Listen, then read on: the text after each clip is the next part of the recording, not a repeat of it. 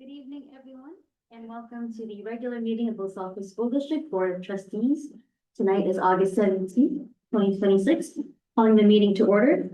A recording and or broadcast of this meeting is being made at the direction of the board, which may capture images and sounds of those attending the meeting. If technical difficulties occur or persist, the meeting will continue without broadcasting. I will now call the roll. Jim? Here. Brian? Present. Stella? Here. Brandon? Here. And I, Shelley, am here as well. Please stand for the Pledge of Allegiance.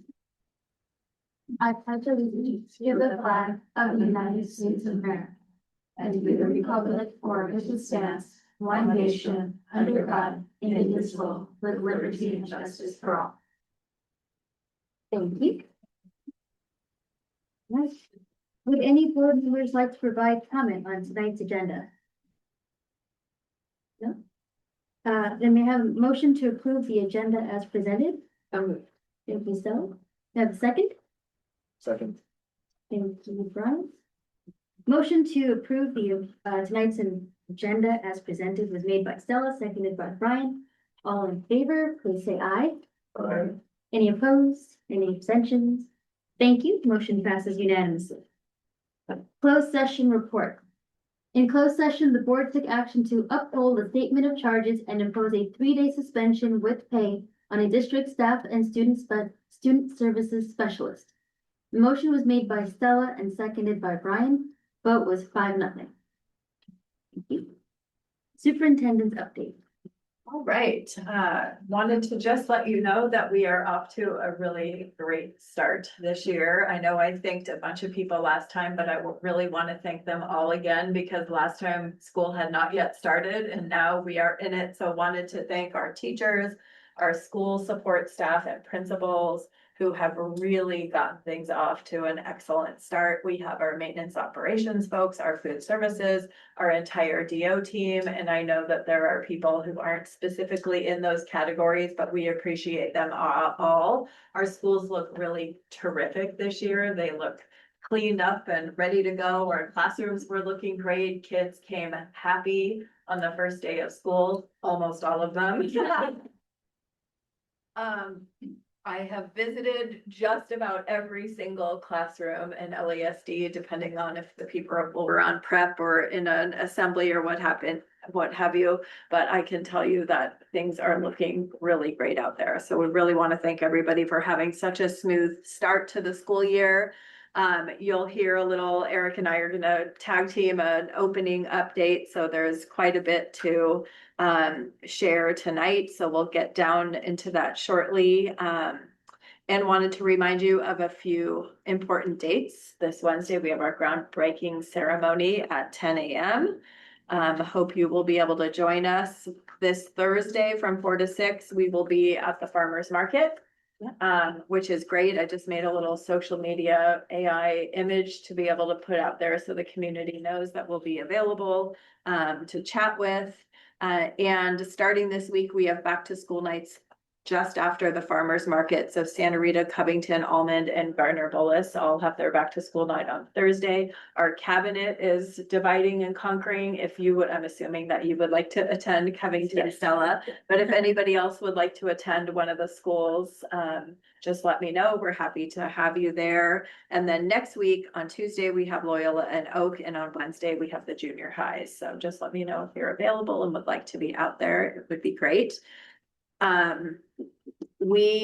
I shared with you, I'm trying to compile all the PTA meetings. One of our things from our board retreat was that you all wanted to be a little bit more visible at PTA meetings. So I have shared that calendar of meetings. Not quite everyone has finished their dates, but those should be up and running soon. So we'll kind of decide. I think in the past, Shelley, I could remember last spring you did a little roadshow of updates. So if there are specific updates we want to share or just be available for kind of Q&A and what have you, I think we can work that out.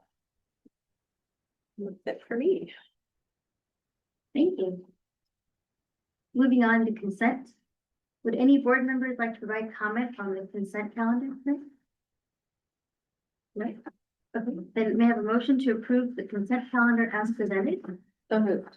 Thank you, Stella. May I have a second? Second.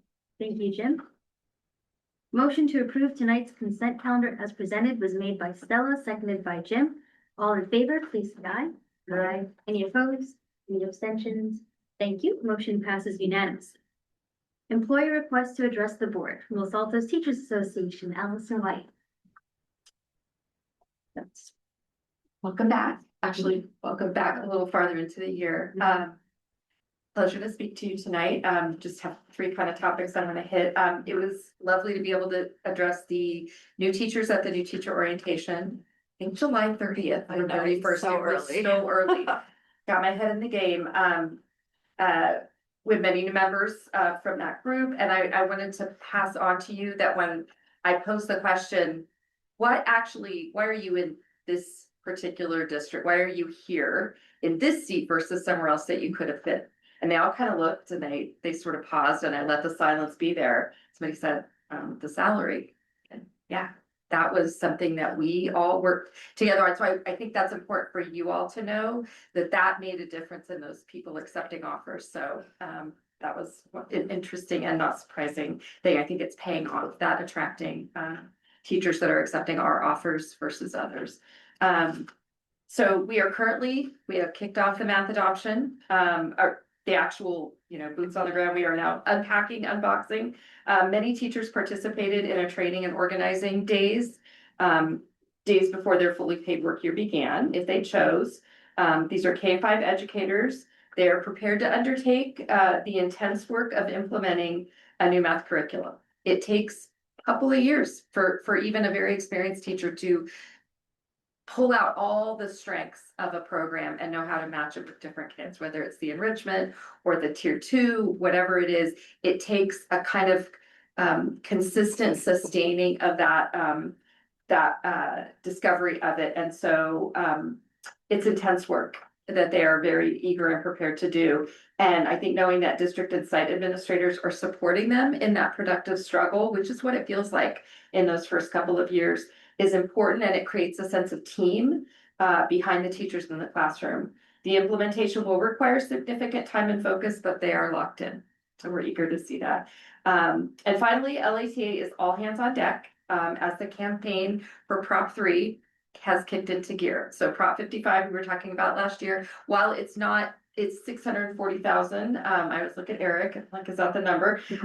So it's not the hugest amount of money, but it's nothing to sneeze at for Los Altos. And so it's a continuation of an existing tax that's already it would make it permanent. So instead of having to re-up it every, 10 years or so, it would finally put that to rest and just have it be there.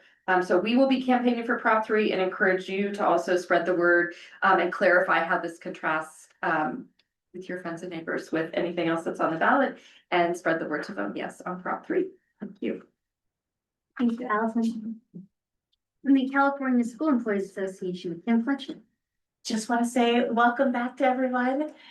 It's been so fun bringing everybody in. It's always such a good time of year of getting to see kids that you already know, see new kids, and particularly my favorite is the little ones that were going to be coming to you, weren't yours yet, and they finally arrived, and you get to welcome them. It's so fun. But I also just really want to say that we were only able to do that because of our 12-month employees who are here working away. Sandra mentioned them. Also, so nice that Allison called out the math adoption, because Elias brought, I think it's 70 teachers And who received multiple boxes each.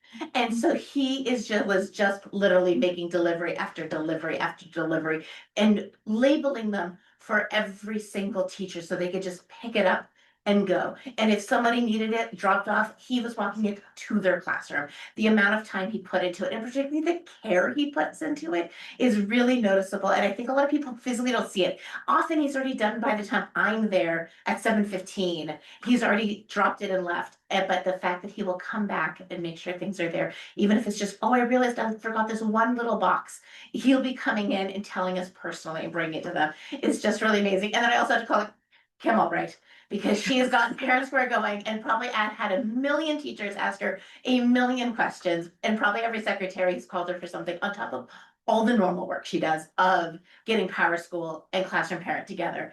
And so while all of our 12-month employees work really hard, those two had a particularly big lift this year, and just very grateful and want to publicly say that they've just wonderful, and we're so grateful that they're here helping everyone to start off the year strong.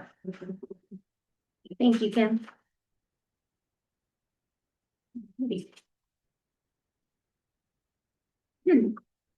To provide public comment on an agenda item, speaker cards are to be submitted to the superintendent.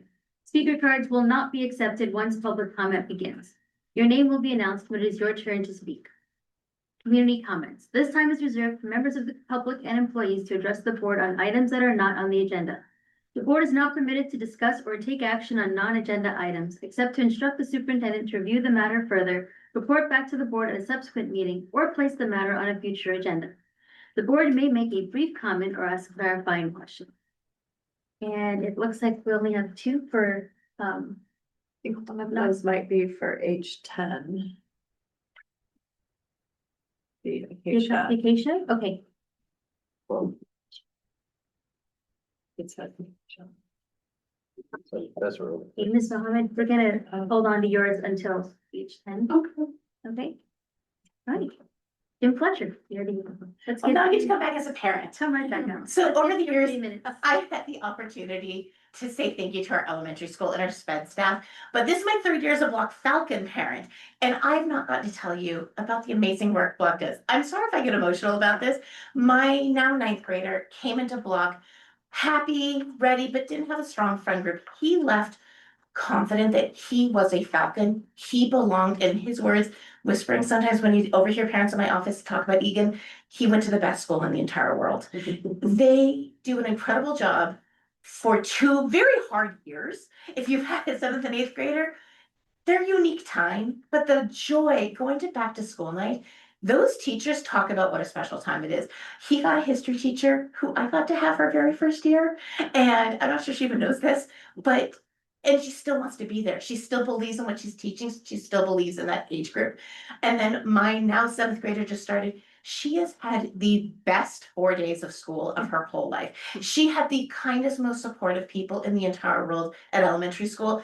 And she's already happy and joyful and has people who know her name. And I have to say, we're at scheduled date. They're opening doors for her. Hi, Emma, come on in. This is where you're going to be. They didn't have to. This was not a work day for them. And they opened their doors because they wanted her to feel happy and supported. They're just incredible over there. And I particularly wanted to highlight that as we're building our 10th school site and the middle school models coming down, I just wanted to say publicly, your kids as 6th graders are also going to be supported. As a parent, you can feel it. They are there for you. They are going to enjoy your children. And I just want parents to also hear that it's going to be great. They're going to have a wonderful time, and they're going to have all the fun things that 7th and 8th grade have gotten to enjoy with electives coming to them, and it's going to be fabulous. Thank you. All right, on to action and discussion items. First one, transition to trustee area elections and consideration of resolution number 26/27-01. Intention to transition governing board elections from at-large to by trustee area elections prior to 2028 board elections. All right, well, we are thrilled to have William Tunick, our attorney from DWK, here to kind of walk you through trustee areas in general as you consider approving a resolution tonight. Thanks for being here, William. Great. Thank you. It's good to see all of you again.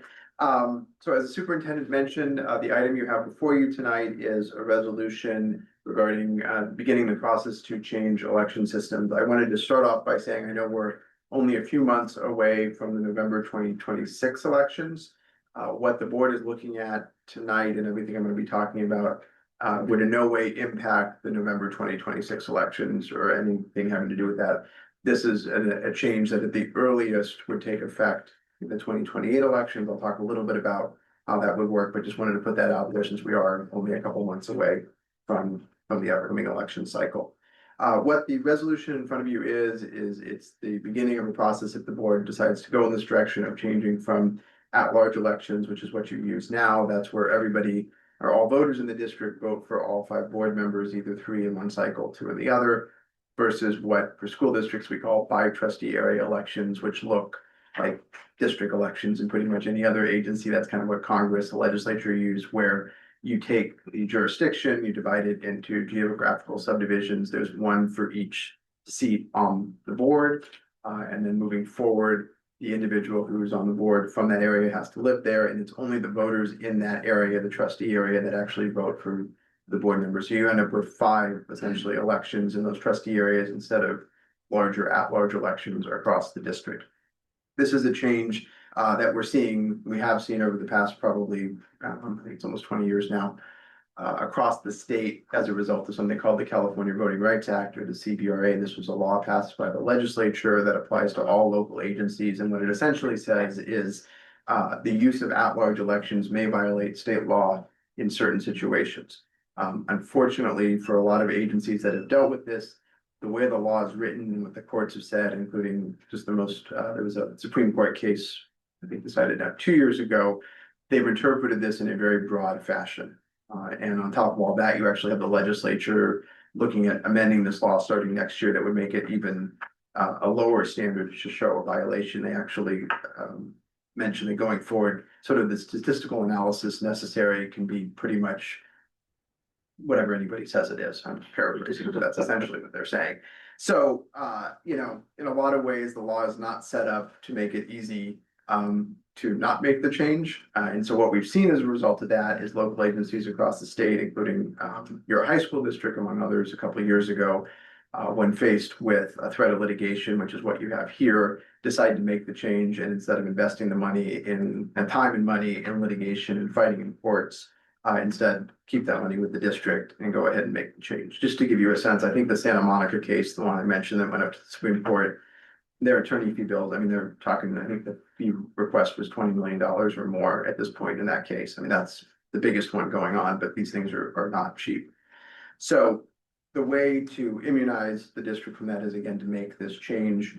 That change, there's a process laid out in the law. It involves 5 public hearings where the board will learn more about this. There's an opportunity for public comment to educate your community about what the process looks like.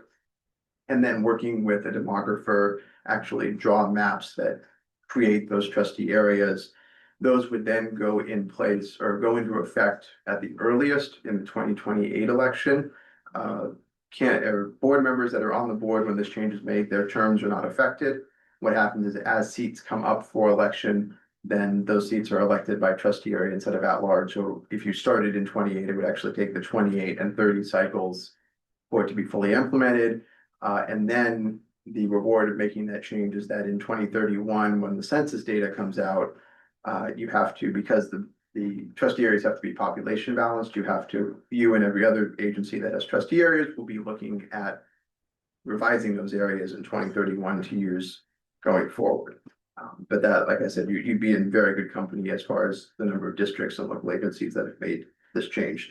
The resolution that you have in front of you, one thing that it does lay out, and I want to just comment because there's a couple of revisions I would suggest that the board would consider them, is that this process would start at the beginning of next year. That way you avoid the election cycle that's going on right now. Also, generally the spring, you're not running into quite as many holidays. I think it's a better time for public engagement. So we would tighten up that schedule a little bit. I think right now on the second page under section 3, it indicates that first step would be January to February, then March to April, and May to June. I think we tighten that up to be that first step would be January of 2027, create the districting website, pre-map public hearings. And then February and March would be the developing the trustee area maps. And then April would be the final public hearing and adoption. So that would get the board's process complete. And actually the last step in this is it goes to the county committee. They could then do that probably in May or June of next year, and it'd sort of be wrapped up with the school year. But with that, if there's any questions either about the difference between trustee areas and at-large elections, the process, the CVRA, I'd be happy to answer any of those. Thank you. If anyone would like to provide public comment on this, we're gonna start public comment now. If anybody else wants to submit a card, this is your last chance. Okay. Right, before we go to public comment, are there any clarifying questions for Blake? William? So you've already answered this question, but I just want it, in the public record. Oh, yes. Have any districts or agencies successfully defended themselves against this? Yeah, so unfortunately, I'd say probably there's been, of the hundreds of agencies that have received letters, probably maybe 15-ish have tried to defend themselves, most of those in cities. And unfortunately, none of those challenges have been successful. I think there's two pending right now. The most recent one, if you're interested, you can go read about it. City of Huntington Beach, I think, just lost their case maybe 2 weeks ago. You also mentioned that, so the high school district, which covers, sort of covers Yeah. our area, and also the city of Los Altos, which covers a bunch of our area, have both gone into trustee areas. Does that sort of create a presumption, if we were to try to fight this, that like these other agencies have looked at it and decided there is a CVRA or could be a CVRA problem? So does that like raise our bar of trying to fight it at this Yeah, point? it definitely doesn't help your situation.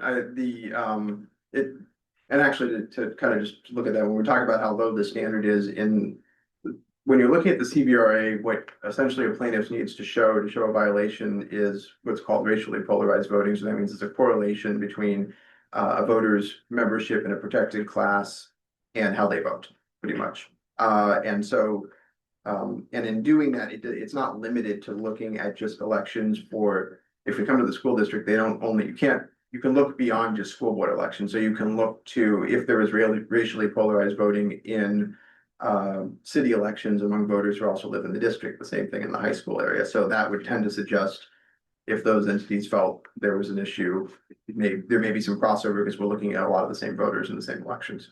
And there's no causality, like you just have to find a group of voters whose race you can identify, or two groups of voters whose race you can identify and show that they voted differently for any reason at any time, and that basically causes you a problem. Yeah, the reason they voted differently doesn't make as much of a difference. And then the second step is you either have to show that the use of at-large elections in combination with racially polarized voting is preventing the protected class from either influencing elections or electing candidates. That's what I mentioned. That California Supreme Court case was about. And what the Supreme Court said is, well, you don't take a step back. Under federal law, you can only show a violation of the Federal Voting Rights Act if you can draw what's called the majority minority area. So in other words, a trustee area where 50% is a protected class. California law doesn't have that. In Santa Monica, the Pico case, the Court of Appeal tried to basically reinsert that provision in, and it went up to the California Supreme Court and they said, no, the legislature took it out on purpose. So you don't have to be able to show that. You just have to show that if there was another election system, basically they would have more influence or some realistic chance to elect a candidate compared to using at-large elections. So again, a very low bar. That's going to be the case in most situations. Any other clarifying questions? Should I go to public comment? We have one for public comment, local parents.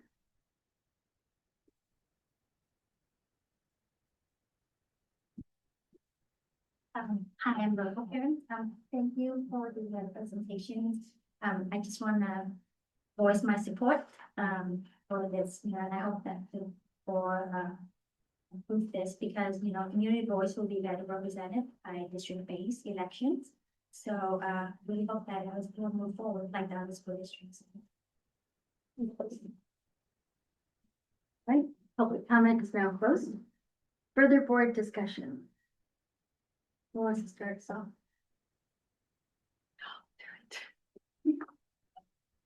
Well, the letter we've received was also accompanied by some supporting documents claiming that the district violates the California Voting Rights Act. And I disagree with a lot of these claims. And so, it's not that I think that, or I don't want whatever I vote today, I don't want that to be a reflection of my feelings about the letter or the document. I disagree with many of the claims brought by Mr. Goodman on behalf of his client, Thomas Yee. And but the fact that no local agency has successfully defended themselves is what's driving my decision tonight. And so I will very reluctantly be agreeing to the resolution, but I just I don't want that to be viewed as agreement with the claim. Well stated. As you mentioned, if we make this change, then we'd have to sort of do it again every 10 years as people redistrict. So I guess my question is, if we go forward with this resolution today, is it possible for you to go back to Mr. Yee and the attorney and sort of see if there's some basis on which they'd be okay with not making us do this twice in 4 years and sort of agreeing to do it in some sort of binding way, but then not do it until 2031? Yeah, that's definitely something we can ask about, because, yeah, as you mentioned, you would have to do this again in 2031, and there's a demographer costs. Right. Both this time and legal, and next time, and so that's definitely something I know in their letter, they were looking for it to be in effect, I think, starting in 28, but I definitely there's a good reason to ask to look to move it But we can forward. pass the resolution in front of us Yes. and then see if we can negotiate Exactly. an extension. It's public comment. This. And there was, Yes. it could be, I asked that because there was public comment prior to our closed session, since this was agendized on closed session as well. Pointing out the cost to the district of sort of having to do this twice in rapid succession. Yes, definitely do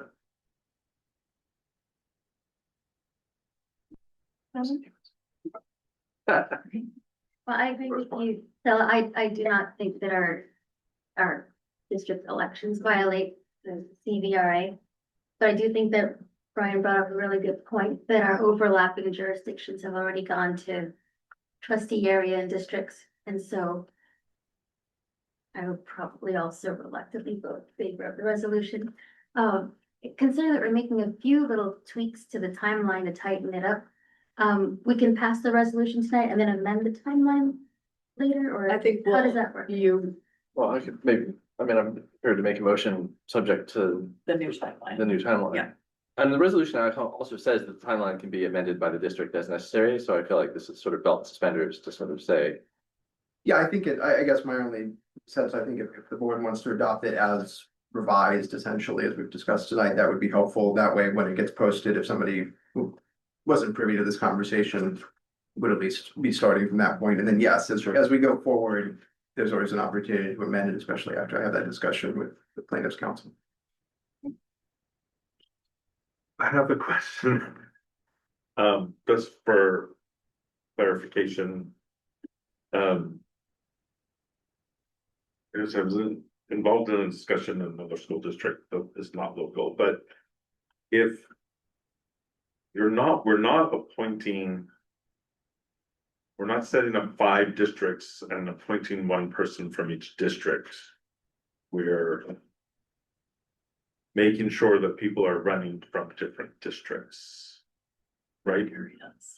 I think so. Okay. well, we set up, can I Yeah, attempt to clarify? yeah. Yep, We're setting up, so the 2026 election is gonna happen. yes, you're right. And then the terms established by either, so then we'll have 5 people that were elected either in 24 or 26. They will have their full 4-year term. Yep. We would then be creating 5 areas.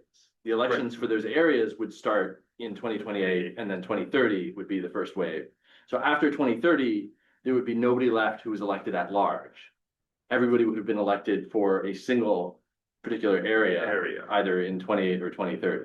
And so, But so if nobody So it- runs in a given Right, area, yeah. then the board would get to appoint, just the same way that now at large, like if we had 3 openings but only 2 candidates, then Uh-huh. the board would get to appoint a 3rd person.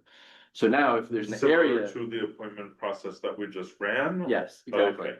Yes, but one important point, because it does come up in trustee areas, is that once you, so once a seat is up for election by trustee area, then going forward, if you have either, if somebody doesn't run or you have a vacancy, Mhm. when you appoint, the person you appoint has to also still live in that trustee area. You can't appoint district wide at that point, that seat.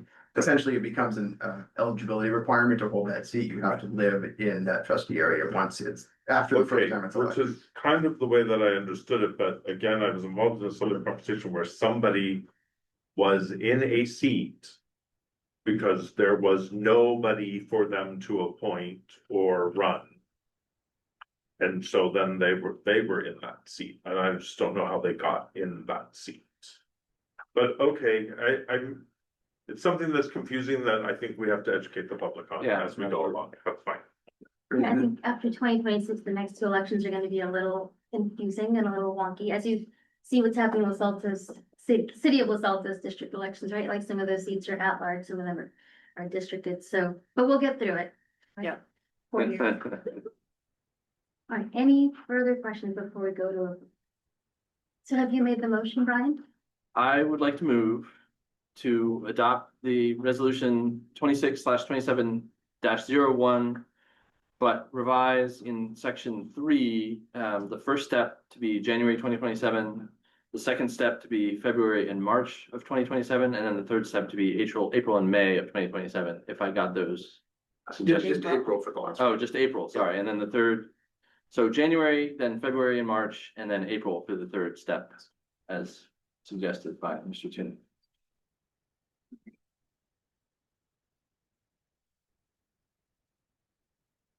Okay, thank you. Is there okay. Is there a second? I'll second. Okay. Thank you, Jim.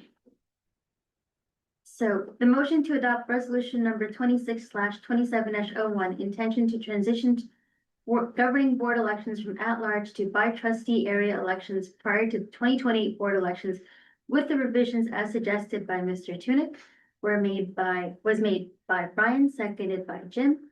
Any further board discussion? Okay, seeing as this is a resolution, we'll do a roll call vote. Stella, Yes. Jim, Yes. Brandon, Yes. Brian, Yes. and I, Shelley, also vote yes. Motion passes unanimous. Thanks, everybody. Thank you, Mr. Thank you. On to opening of the 2026-27 school year. All right, I have it. If you wanna, or are you gonna stand up? Are we doing this? Well. And if anyone would like to submit a speaker public comment card, please do so now. Sorry. Like Sandra mentioned, we've had a wonderful opening to school year.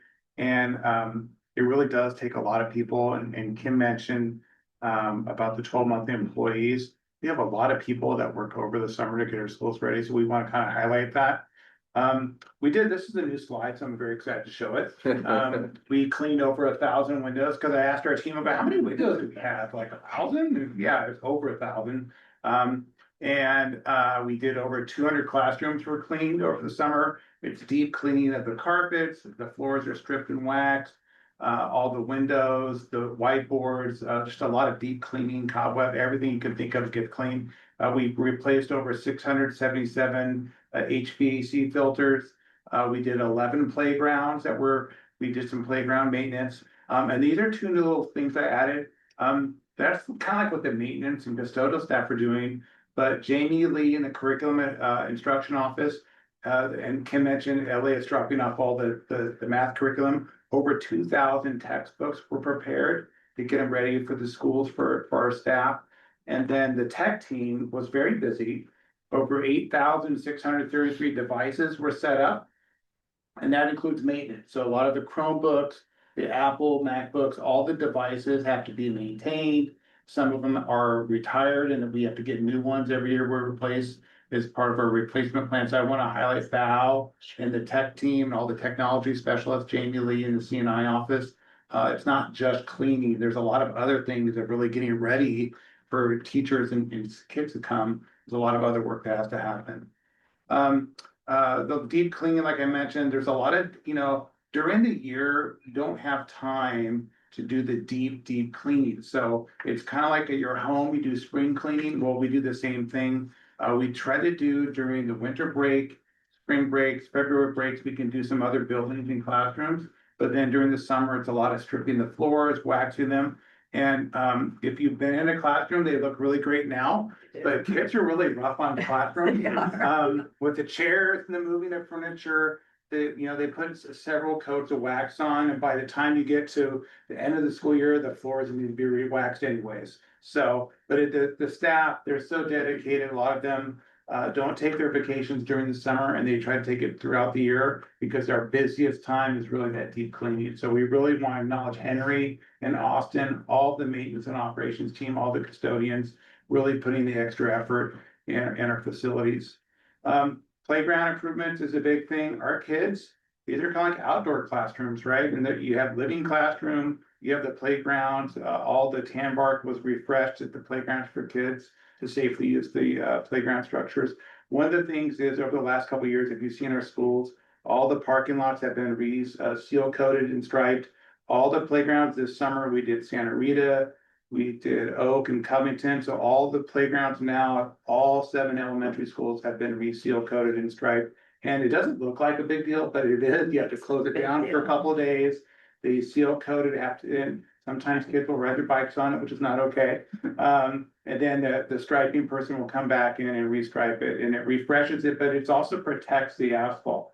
When you seal coat, you're putting a layer of oil on top, and that's sealing the asphalt. So then dirt and other things don't, the water doesn't get on there, and it makes the asphalt last much longer. So it's really preventive maintenance is what we're doing. Summer projects that, I always laugh about clocks and bells. When the clocks and bells are not working, you hear about it. So, but when they are working, it's kind of a nice thing to have.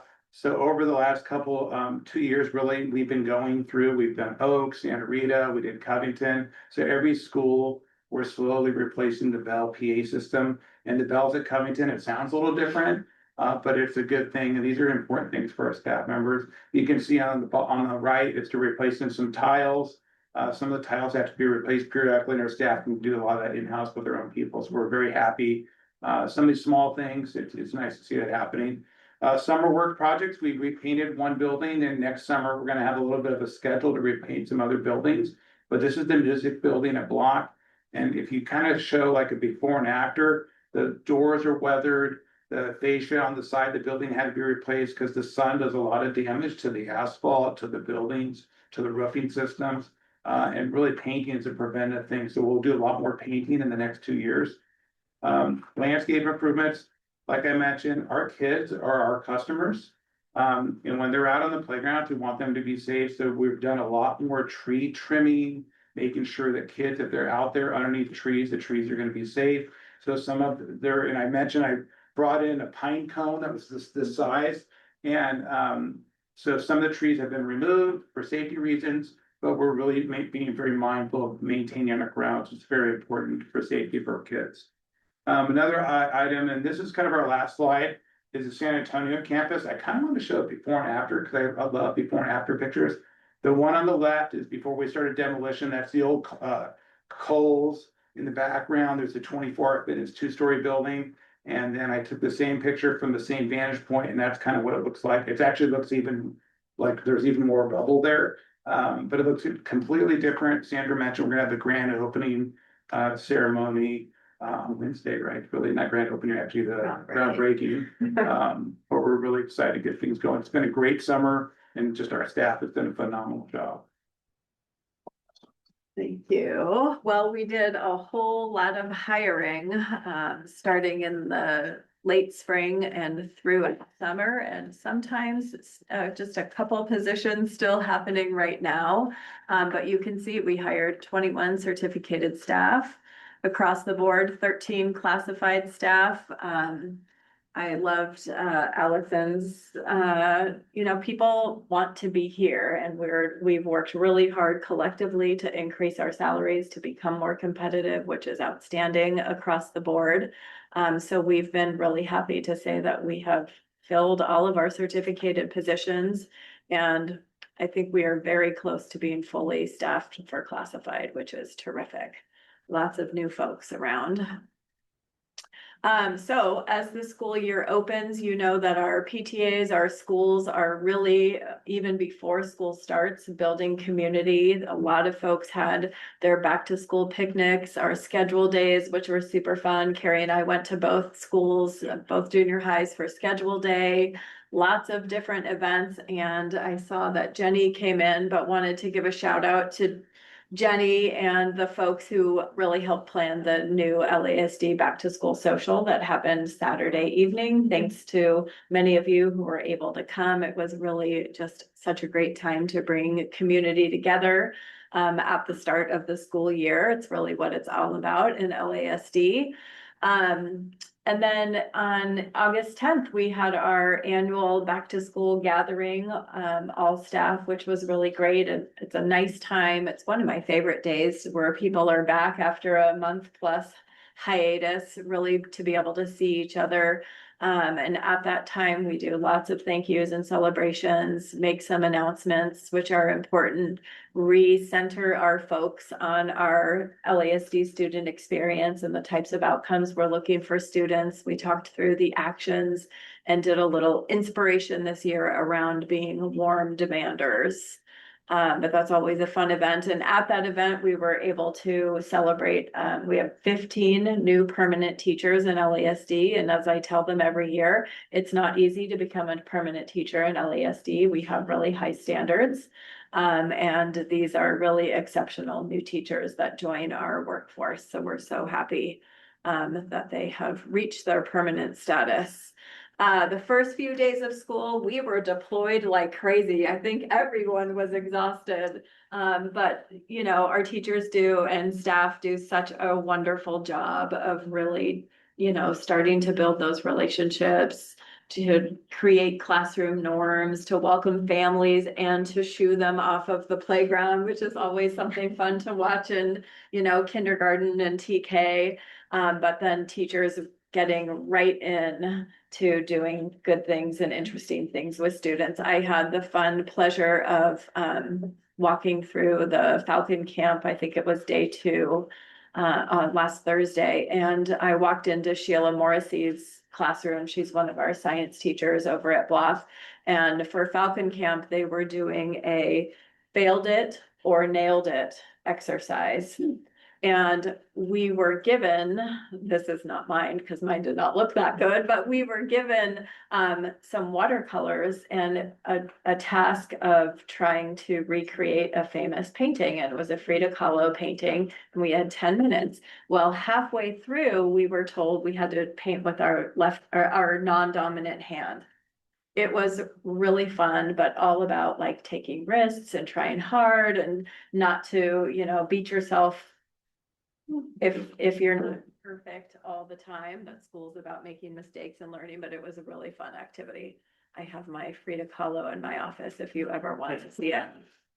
And just a variety of pictures to share with you. The top right there is Mr. Armstrong, new, kind of welcoming his full school over at Santa Rita. Lots of our junior high folks in the middle there, and that's Principal Ellen Kraska on the left, welcoming her parent community and telling them a little something about themselves. So happy to answer any questions. I will come back and do an enrollment update. Our enrollment is still like our ins and outs. You know, we're trying to track folks down. People are still coming back from vacations, aren't they, Ken? And so we'll have a better sense of real numbers and another at our next board meeting. Thank you. Exciting stuff. Are there any clarifying questions before I open it up for public comments? Are there any requests for public comment? No? Okay, public comment is now closed. Any further board comments, questions? It looks like a really exciting first It's a board great- meeting, so thank you. A great start to the year. All right. Next, we have approval of LASD education specifications. Yeah, this is an action item tonight. Previously, the board approved some construction and building standards, and that's a little bit different. That's basically for the type of carpet, roofing materials, HVAC units, and so on, light fixtures. To receive state funding, the state is making us do, they want to have board approved educational specifications. This is more of what is on your campus, right? How many classrooms do you have per grade level, the type of entrances. And as you see, this is a working document. It is very flexible and can be changed as we go through our program. But also important as later on tonight, you'll be approving some architectural services agreements for different architects. They will take our district construction standards, they'll take our educational specifications, and it'll be kind of like their basis of what we should be doing at our schools. Educational specifications is mostly for new construction, but as an architect is designing maybe a new entryway or certain circulation things on the campus, they'll take that into mind. So this is required for state funding, which we'll be applying for new construction and modernization. And then the other thing the state of California asked us, we'll have an approved deferred maintenance plan. I'll be bringing that back to you this fall as well. So this is an action item. I'm happy to ask any questions, take any questions that you might have. But it can be amended. So if there's any changes that you want us to bring back, we can make those changes and we'll bring it back and we'll probably bring it back on the consent, all right, so. Thank you. Are there any clarifying questions? We're good at public comment? Any requests for public comment? No, public comment on this item is now closed. Any further board discussion? It's very specific. So, well, Yeah. which is great. And I know it's, but And I mean, Eric kind of already mentioned this, but I did find a few things that needed to be updated, so I did request that we bring it back.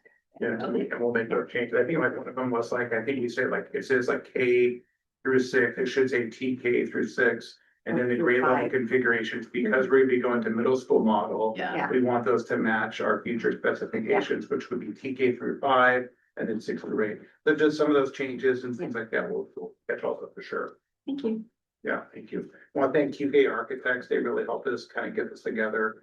And you know, to get state funding, you have to jump through a lot of hoops, and this is one of the hoops that we need to take care of, so.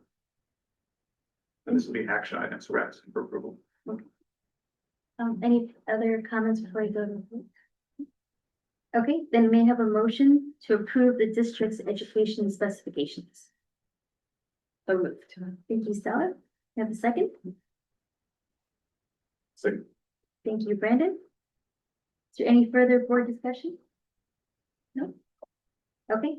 Motion to approve the district's education specifications was made by Stella, seconded by Brandon. All in favor, please say aye. Any opposed? Any abstention? Thank you very much. Motion passes unanimously. Thank you very much, Eric. Next, charter school financial impact. Sure, this is a slide deck we prepared, kind of talk a little bit more about when we did our adopted budget presentation in June, we had 2 or 3 slides on the charter school impact, a lot of things that weren't finalized with the state budget. So we want to kind of update the board on the impact. We also have the P2 data from the charter school, so you can see the actual impact of all the out of district students. Because we were getting a lot of questions from community members about how many kids are actually going to the charter school from out of the district. And I have the data broken down by district, so you can kind of see it's also a little bit more educational. So we can make it clarifying for communities so they know exactly what the impact is. Our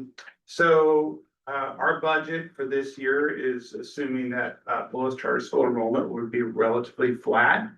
So no real changes for them. But then also assuming that 17% of the districts are coming from out of the district. We will know the exact number when we get their fall enrollment, which usually by the end of September. But based on last year's enrollment of the large increase of out of district students, we're assuming that'll be about the same. We're also assuming that our transfer property tax at BCS will reflect the funding proposals that were presented by the governor as part of the approved state budget. So now that the state has approved the budget, we really know what the number is. So it's an increase of about 500,000 from prior year, from last fiscal year. And then so the total in the transfer that we're budgeting for is 12.1 million to the charter school. They're also projected to receive 625,000, which is their proportionate share of Measure A, which was approved by the voters in 2023. And then the portable rentals for Bullis Charter School is about 1.1 per year. So those are just the kind of big numbers. And then I'm going to try to go and to dive into a little bit more. So out of district students, this is an interesting graph because you can see over the years, the out of district enrollment, it goes up and down every year, slightly up, slightly down. But over the last year, from the last fiscal year 25-26 that we just completed, a dramatic increase. And that dramatic increase has a humongous impact on our budget. It impacts salaries we can pay to our teachers and our classified staff. And a lot of community concerns, getting phone calls, why are we paying for out of district students? In 26-27, the state decided to increase COLA to 4.17%. Our district is a community funded, we do not get that extra COLA, but the charter school does. So our in lieu transfer went up a little bit and went up another 168,000 by that small change in COLA once the state approved their adopted budget. So that is a compounding effect. Over 5 years, that's almost 850,000. That could be used for salaries for our staff. It could be used for facilities and things that help our instructional programs. So that's another reason why this is really a huge impact of the district, because it compounds every year with those extra dollars flowing out of our district coffers. We broke down by the district, and this data is from the state. And this is broken down by school district of where the students are coming from. And so I highlighted the ones and kind of want to talk you through a little bit. So Fremont Unified is not a basic aid school district. So the state says, well, we're going to backfill you, but we're only going to give you their ADA. We're only going to give you 70% of their ADA. So you don't get the full average daily amount of LCFF. So if you look at all the numbers of all these school districts, and there's several that are in San Mateo County, most of San Mateo County is basic aid school districts. Most of Santa Clara Valley are basic aid school districts, except for a few. San Jose Unified, the largest school district in Santa Clara County, is basic aid. So when you look at this list, you can see the number. So and I want to point out, ADA is your average daily attendance. So it doesn't mean enrollment. So for the students where it says Fremont, they probably have 5 or 6 students from the city of Fremont, from Fremont Unified, but their average daily attendance is 4.1, and this all comes from the state. So I wanted to point out that ADA doesn't mean enrollment, so this number is going to be a little bit lower than what their actual enrollment is, because enrollment and ADA are different things. If you see Franklin McKinley, which is on the east side of San Jose, we have a couple students there. We only receive 14,000 for those students. Milpitas is in eastern Santa Clara County, 2.9 students, 22,000, and then Morgan Hill. All the other ones that say 0, that means they're basic aid. We get no money for those students. So we transfer out $2 million just for those students, but we get back maybe 80,000. So that's a little unequal. Just to clarify, when you see the numbers like 31,098, is that per student or total? Total. So for all the Fremont Union School kids, we only get 31,000. Correct. Okay. Yeah. So when you total all of this up, of the column on the far right, it's about $80,000. That's all we get, but we transfer out, our revenue transfer for those out of district students is about $2 million. So there's clearly an issue with that, and that's the impact, right? Our local taxpayers are paying for out of district students for almost $2 million. So here's the impact over the last 3 years. 24, 25, that ADA that I talked about, that out of district ADA was only at 96, and it went up to 179. So if you look at the property tax transfer out, it went from just a little over 1 million to 1.8.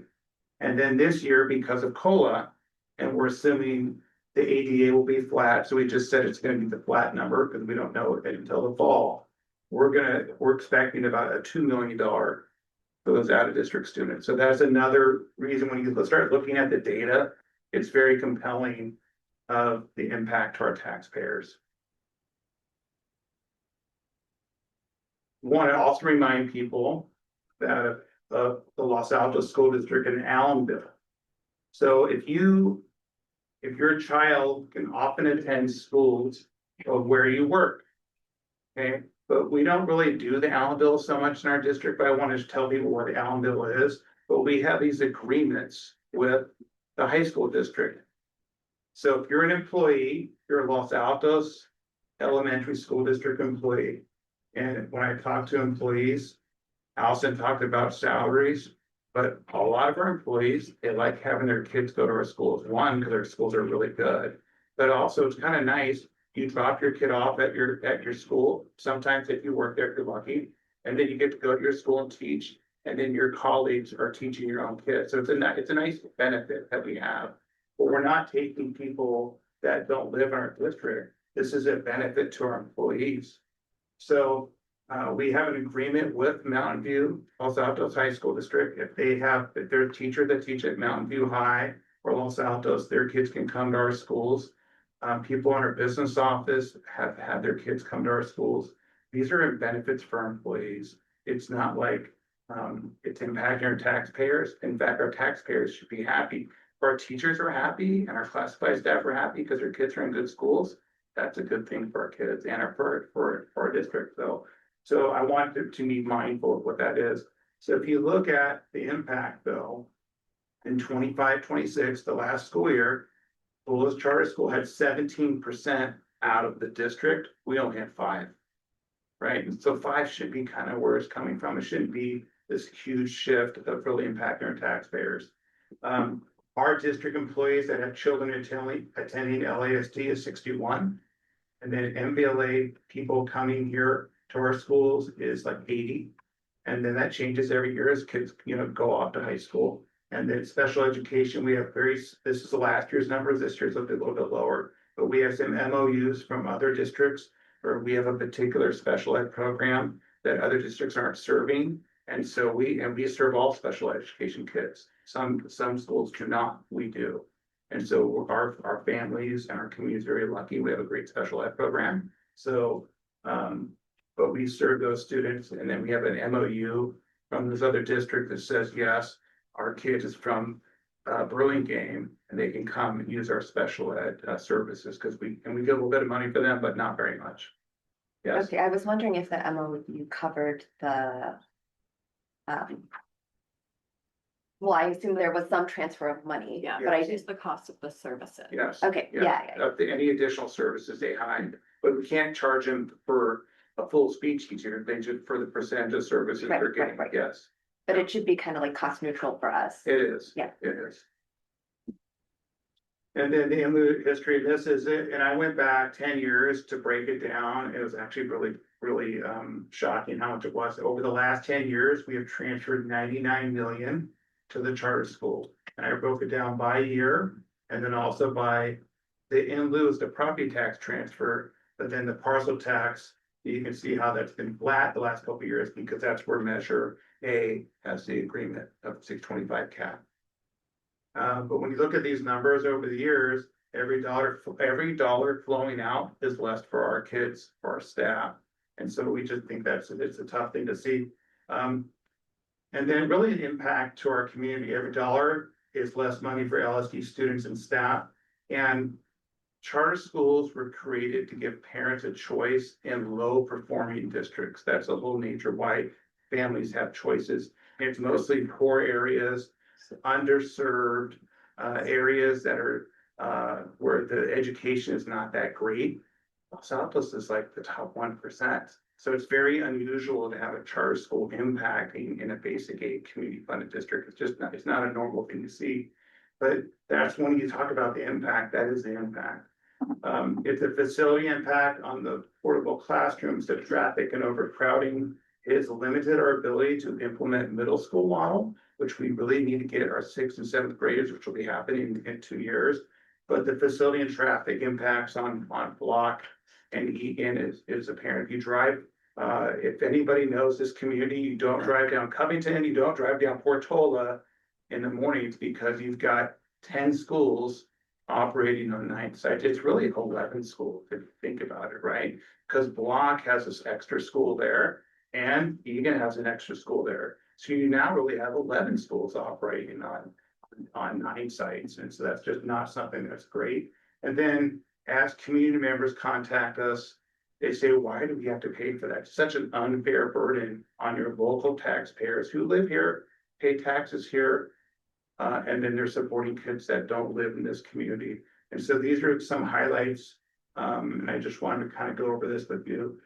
It's a tremendous impact to not just the district, but it's to our taxpayers, right? And most taxpayers, as you talk to them, they say, yeah, I don't mind paying for Miss Jones, who's a teacher at one of your schools. If her daughter comes to school, that's a good thing. It's a benefit. And so there's a difference between coming from out of the district and really impacting our finances versus an employee benefit. So there's a distinct difference for sure. So happy to answer any questions. I know there's a lot of data in a short amount of time, but I wanted to highlight those. And then, have you any comments or questions you might have? Are there any clarifying questions before I open? And then if you have speaker cards, please, submit them now, or it's open public comment. When you presented the slide on where all the out of district people come from, Yes. that information came from the state you had mentioned, but they're only they're only reporting the ADA. They're not actually, we can't see, because you were saying like maybe at Fremont, there's 5 or 6 kids that come, but their ADA is 4.1. The state isn't reporting, or we don't have available to us how many actual people are enrolled, just the ADA from those districts. Yeah, we will get that, and it changes from year to year, but so Okay. this fall, every year, we have an agreement that Bullis will give us their enrollment. Oh, It's usually by the end of Alright. September. This is based on last year's spring enrollment, so we'll get the new enrollment, probably in another month and a half. Okay, Yeah, alright, we will get that. It'll be the total number of kids. And then we'll know where they live by zip code and by school district and all that. We'll have their school district code. okay, Yeah, we'll get that. We'll have that probably by the end of September. okay. Any other clarifying questions? Okay, then we'll move on to public comments. We have 4 for public comments, so 3 minutes each. This is the speaker order in the order that I received the public comment cards. Local parent, Joey Crossan, Jenny Peck, Sang Peru.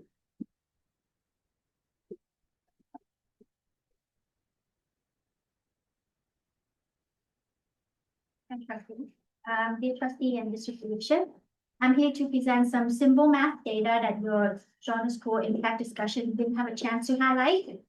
First of all the neighboring districts have choice school options. Palo Alto, Cupertino, Sunnyvale, Mount View, Santa Clara, all provide some variation of choice options for their families.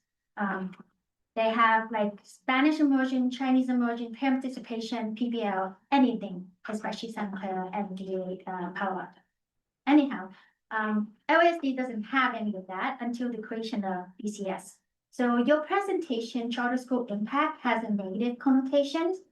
I think it is missing a very important word, positive, charter school positive impact, and here's why. LASD is a basic aid district, as you can see, it's community funded. So over the years, your property tax revenue has gone up to them tremendously.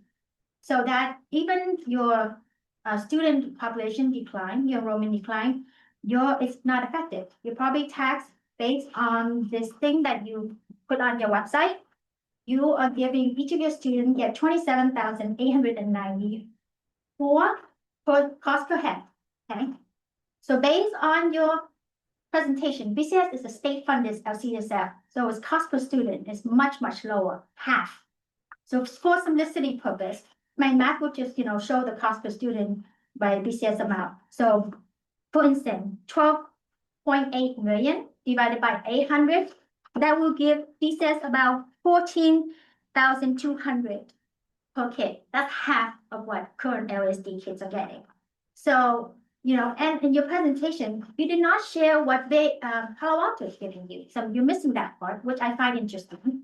I just want to ask a clarifying question too.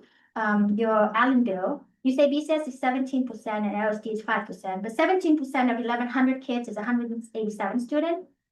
5% of 3,344 kids is 167 students. So if you count the head, there's not much of a difference.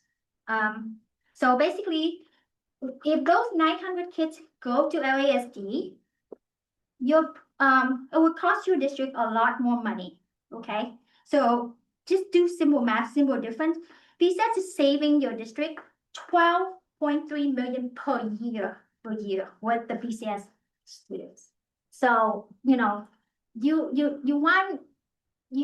lose the students, and you're like, okay, but you don't want to pay for the student. You're only giving BCS student half of what your LSD students are getting.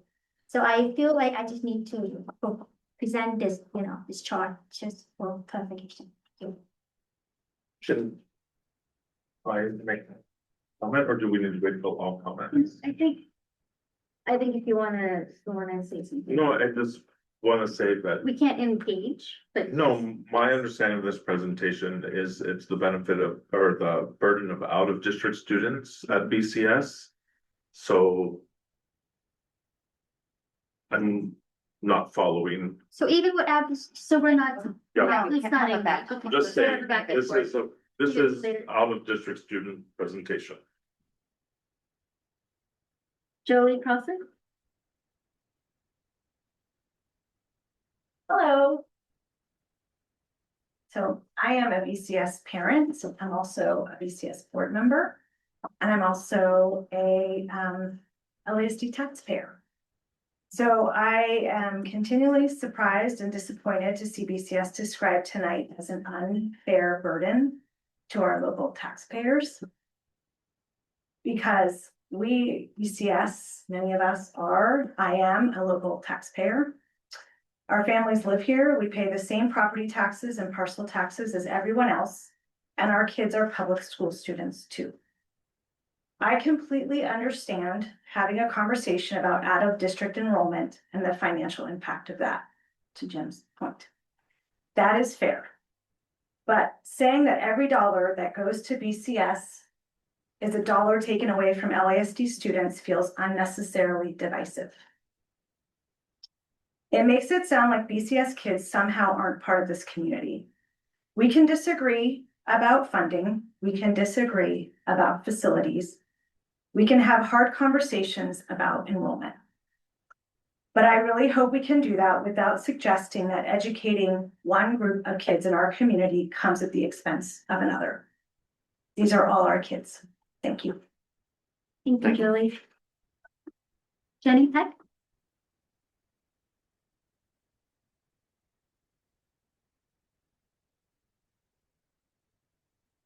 Hello, board.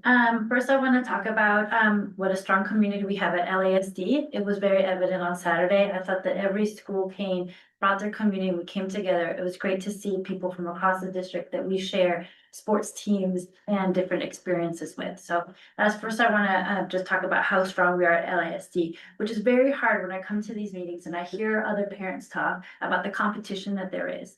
There is not a competition. LASD has been very fair in funding transfers, has also provided facilities for this, and it feels very unfair, the fact that we have 17% of students coming in from out of district. And that's where the waste of money is going. The fact that I can go get my nails done and the lady's telling me about how she dropped her son off at the Bullish Charter, but yet she lives in Santa Clara. I mean, that is very disheartening for me to try to put on a face. Well, I know that my money is going out the window when it can be going to our students and especially our special needs students and added resources. That is something that is that LASD really prides on in providing resources and deep education to our community. And it's hard to know that we have at least $2 million just out the window for 17% of students that are not supposed to be at BCS. As a community member, I am a little outraged at the fact that this is happening and it's going on. And I really hope that we can come to terms and bring it down to the 5% where teachers. I understand that bringing in teachers, kids at schools is definitely a way to retain and attract great things and is a good part of the community. But I do feel that anything beyond 5% is outrageous. I think that the moving to the San Antonio campus is the right move to be able to provide more space and really create a more harmonious broader community here within our district. Thank you. Thank you, Jenny. Sankari?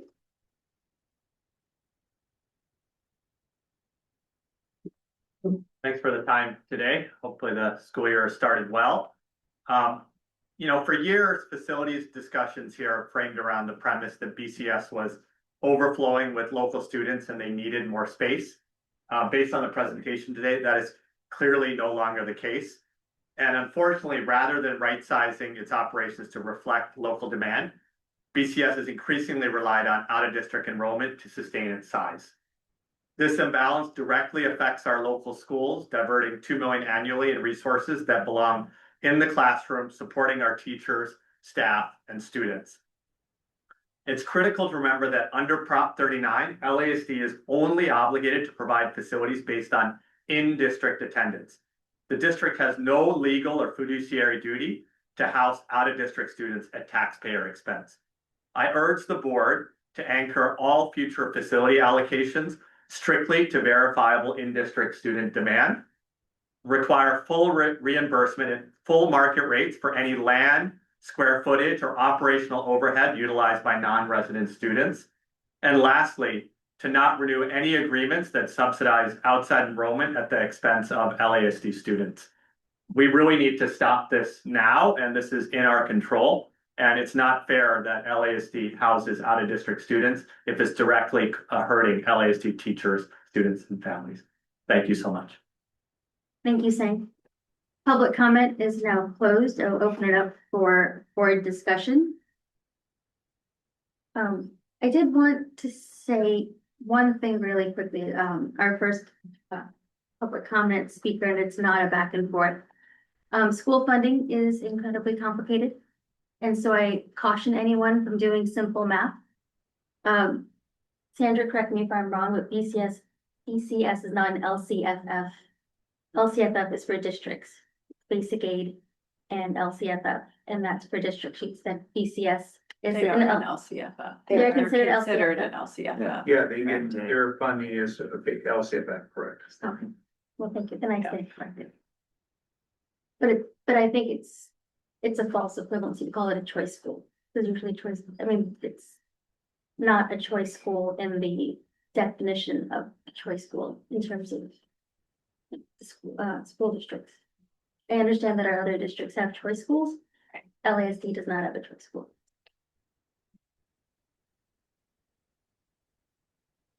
Well, I also wanted to respond to the same public comment, and I agreed with what Jim said. Basically, the presentation is focused on out-of-district students, and we all know that if the charter school hadn't been authorized, those students could not attend school in our district, and they would cost us $0. So that's really what the purpose of this presentation is focused on, and I also want to point out, as you said, you know, school funding is more complicated than it seems superficially. And so you can't just look at the average expenses per student and think that's what the next student is actually going to cost you. So we've done our own back of the envelope calculation as to how much it would cost us to enroll an additional 900 students. Like if, you know, overnight 900 students wanted to enroll in our schools, we think that that would cost us maybe between $5 or $6 million to hire sufficient staffing to run those classrooms. And so that's not just multiplying the average cost per student by 900. That's not how it actually looks. I also have further comments, but I will yield the floor to my fellow board members for now.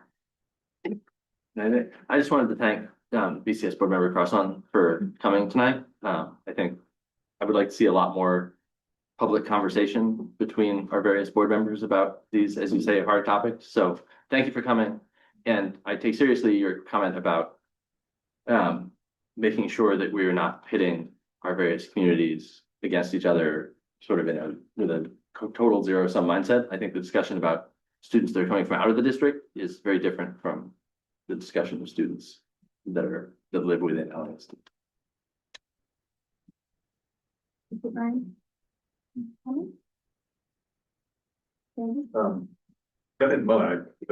wanted to hear what else Stella had to say.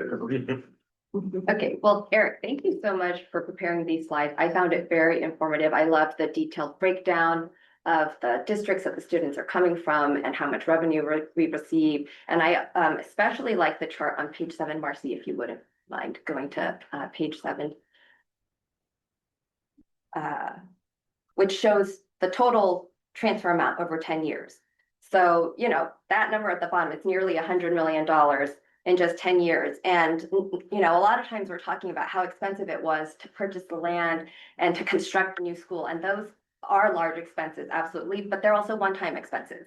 But the ongoing cost that we pay every year that we transfer to the charter school, that actually adds up very quickly as well. And that should absolutely be a factor in when we're thinking about our facilities allocation, because the $2 million Well, it's 2 million right now, but the 2 million a year for out of district students, that adds up. And so we don't want to take that for granted when we're thinking about whether or not to provide facilities for out of district students. And we've been fortunate to have been governed by a facilities use agreement with BCS since 2014. And but our current agreement expires in June of 2027.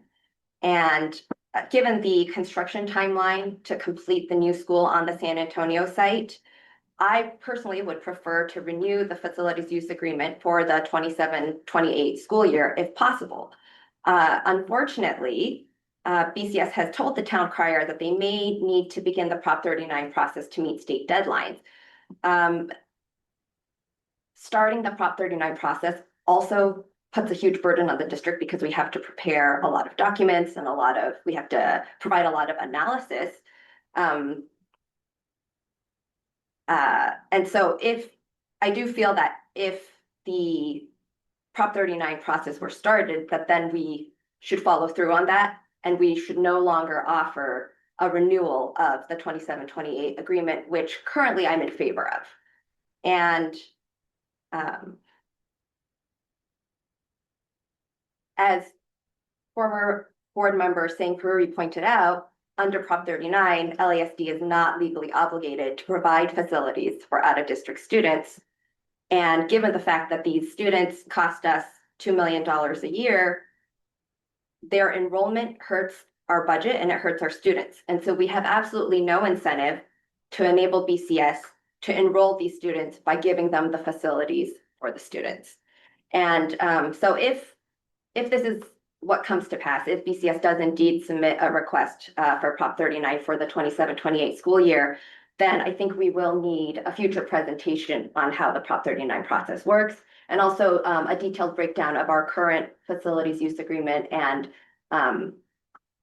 what the in-district numbers look like when that was made and how the portables were allocated, and if any of those portables, would no longer be required due to their increase in out-of-district students.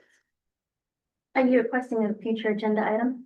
Well, if a Prop 39 request is made, I'm still holding out hope that we could renew the current agreement for 27-28.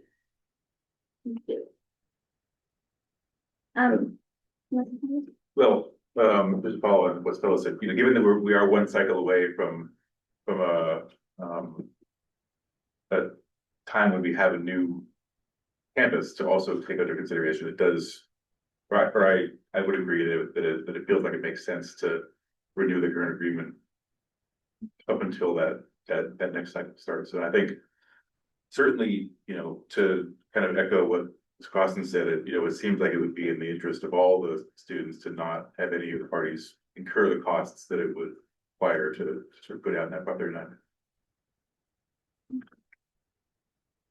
Eric, a public commenter brought up Palo Alto Unified. When we take their students, what happens financially? We actually have an inter-district transfer agreement with them, and that's a little bit different than getting like other backfilled by other non-basic age school districts. So we have a transfer agreement. Many of them also live in Los Altos Hills, and it's actually closer for them to come to school to Gardner, Bullis, or to Egan than to go to Palo Alto. So that's a different agreement. It's an inter-district agreement. It's not like not like there is a transfer out to them. But Our MOU with them is just for Gardner Bose students. correct. And there's a couple that have been grandfathered in that are still attending Egan, but there's not very few of those left. Yeah, I didn't think Yeah. it applied to. Okay. I think there's like, I don't have the exact number in front of me. But I can I check. just wanted to clear up any kind of confusion because that school district was brought up. Correct. But that's a very specific thing that affects one school, that district, correct? Okay, that's correct. So we don't receive any money from Palo Alto We do. for their students We that do. attend BCS. We do. We do. We do. Yeah, we Oh, do. yeah. Not to attend BCS. Yes, no, we No, that- do receive money for But I thought we did. Oh, okay. We do. Yeah, we do receive. We get, but only the LCFF. So whatever the LCFF is, we get from, so it's not the full amount, right? So if we get a student that is, let's say we have a special needs student that has a lot of extra aids and things in personal services and they're special ed, and they're coming from that district, we only get the LCFF amount, let's say it's 11,000 per pupil. But our costs are higher because we are serving all kids, right? So that's the difference, I think. But we do get money from Palo Alto for BOLIS and non-BOLIS students, but only the LCFF. Okay, Yeah, only the LCFF. So- Not so- the per student. And it's because we have this special agreement, because actually they are a basic aid district, so they don't, like, they wouldn't otherwise be paying us any. Correct. Just like you saw on that one chart, there's, and get to it. It's, Mountain View Westman has 75.25 ADA. We get 0 from them, and they're basic aid community funded. And that's the district that has the most kids coming to our district. ADA wise. but just so I'm clear, because I thought the question was something else. So the MOU that we have with Palo Alto that allows students who live in a specific area to go to Garcipolis. MOU also applies to students in Palo Alto that want to go to BCS. Right. Regardless of if they live in the same area. I don't know where they all live, but my understanding is yes, so they could live in maybe. So, yeah, so they could live Yeah, over in Hoover and go to BCS. And then we would get the same amount of money for that student that we got for the student. so then Los Altos Hills by the school, yeah, Okay, that's correct. right, okay. Correct. Any other comments? Well, I think that the most salient parts of, is thank you for your presentation. For me, it's just understanding the out of district impact on LASD. And I think that from what I understand from public comments and from talking to parents, it's really that is what is upsetting a lot of LASD parents. It's not that, you know, LASD families, some choose to go to BCS, some choose to go stay in LASD, some have kids in both. You know, I have several friends who had kids in both.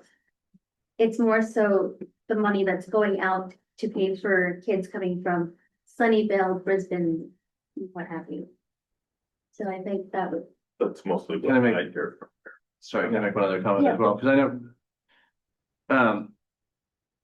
So charter schools in California, I just want to make something clear that I realize might not be clear to the audience. Charter schools in California are required to accept students from anywhere in California. And then there are priority tiers. So sort of in the case of BCS, students within LASD get first priority, and then there's various tiers. And then the final tier is anybody in the state of California.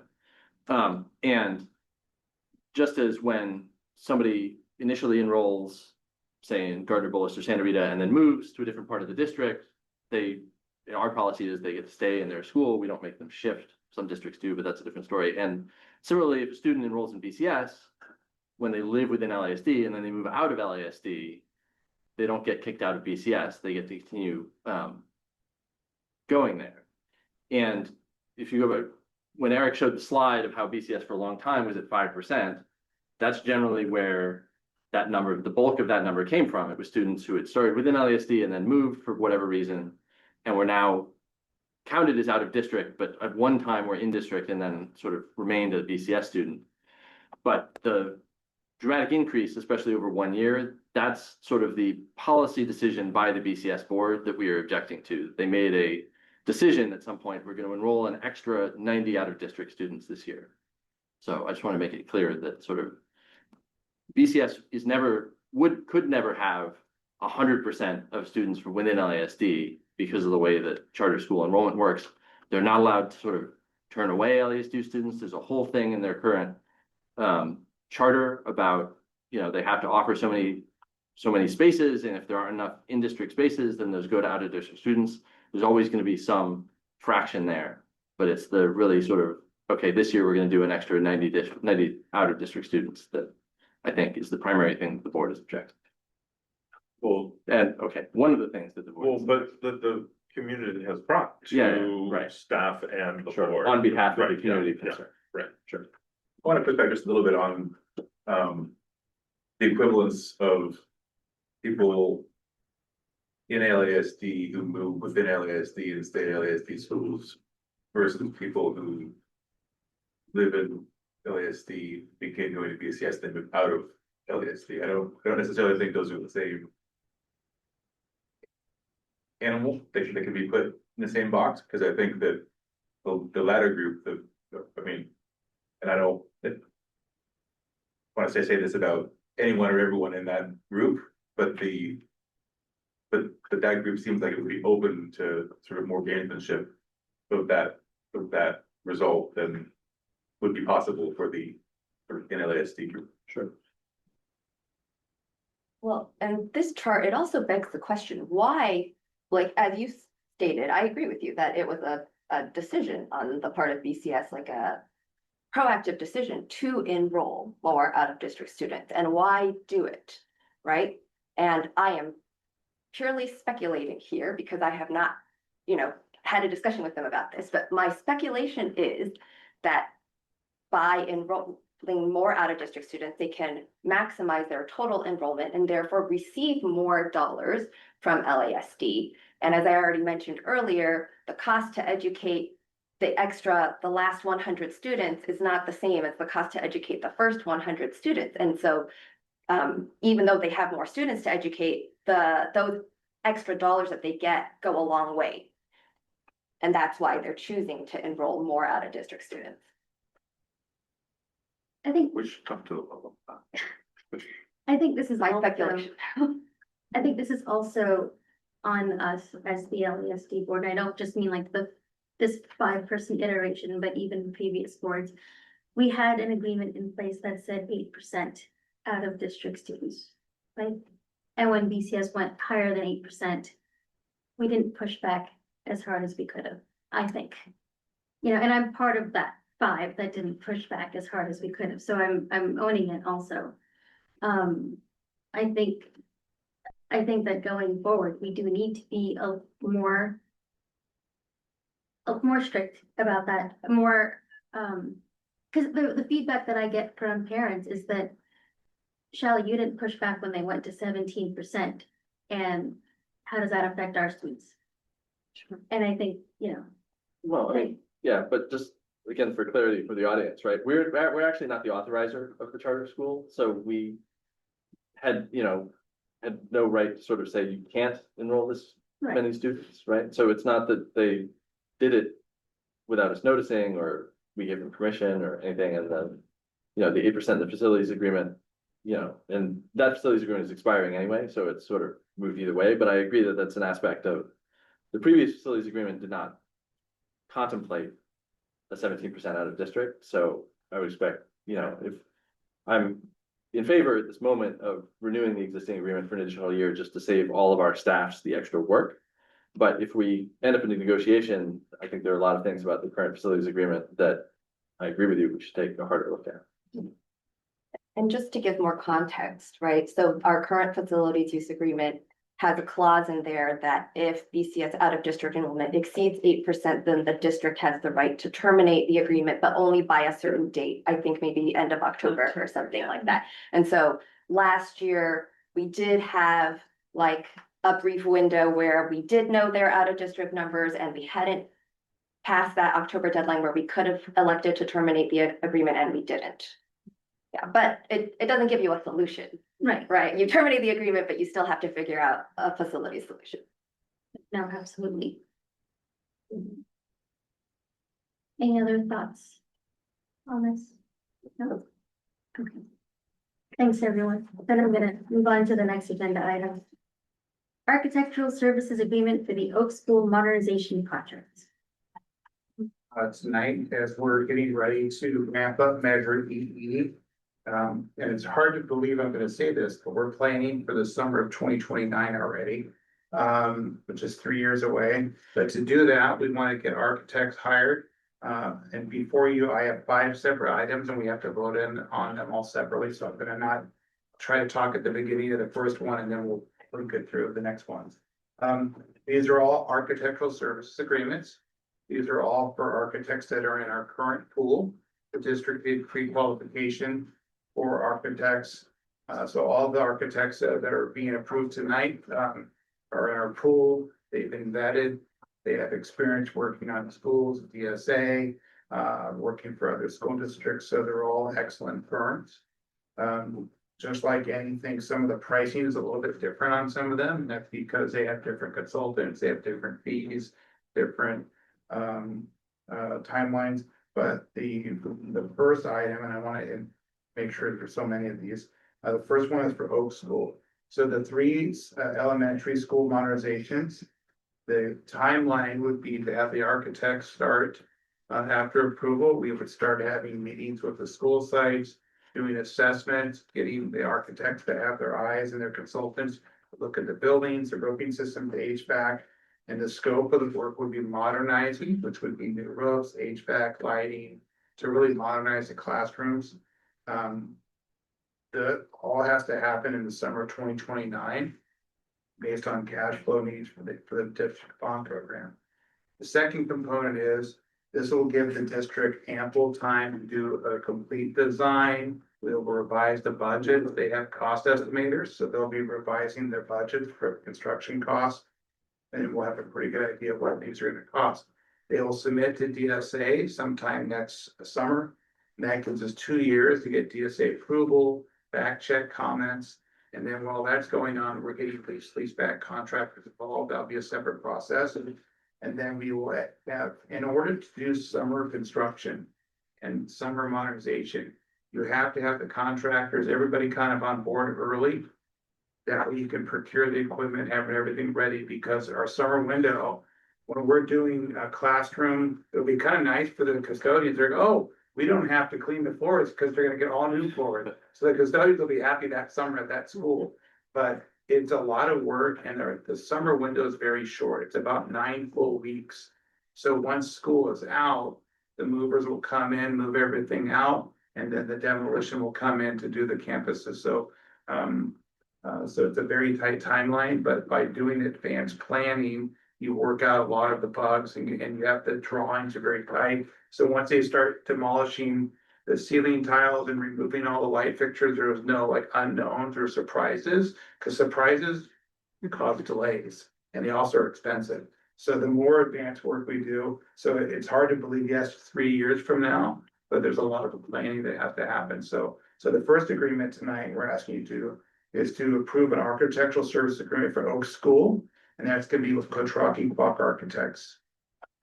You know, I can go one by one, or you guys, but we do have to approve it one by one. We have to prove it Yeah. one by one? Yeah. Okay, then maybe we'll kind of zip through them a little bit. Sure. Are there any clarifying questions before I take public comment? Are there any requests for public comment? Great, public comment is now closed.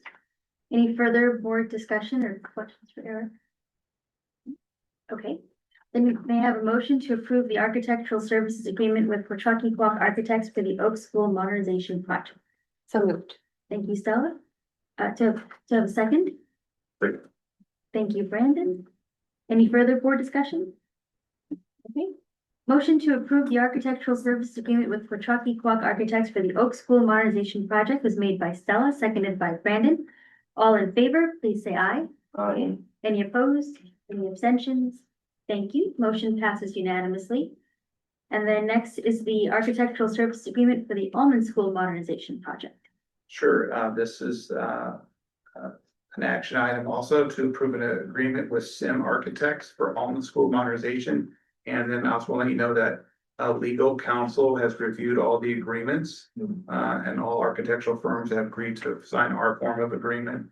And then also highlight on all these agreements that we'll be spending down the remaining Measure N dollars first. So some of the dollars will be paid for Measure N, And then as we get further down the projects, it'll be Metro EEP for all their agreements and the construction that will happen thereafter.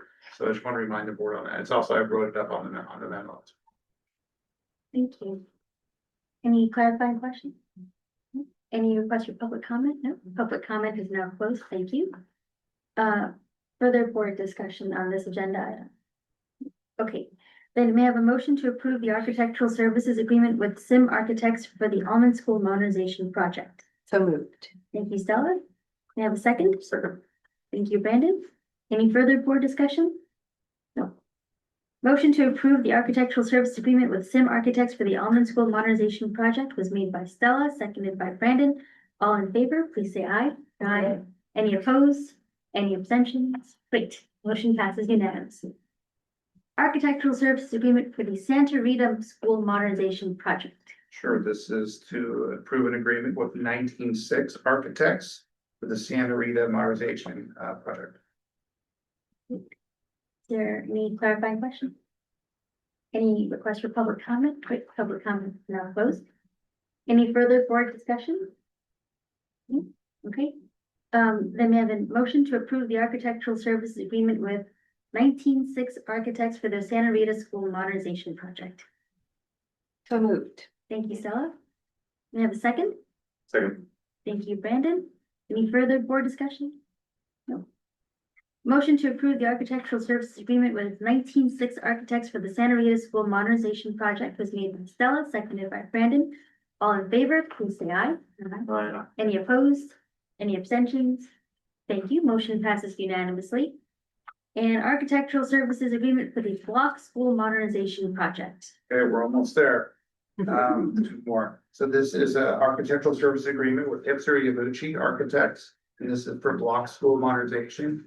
And this one will be done in the summer of 2028.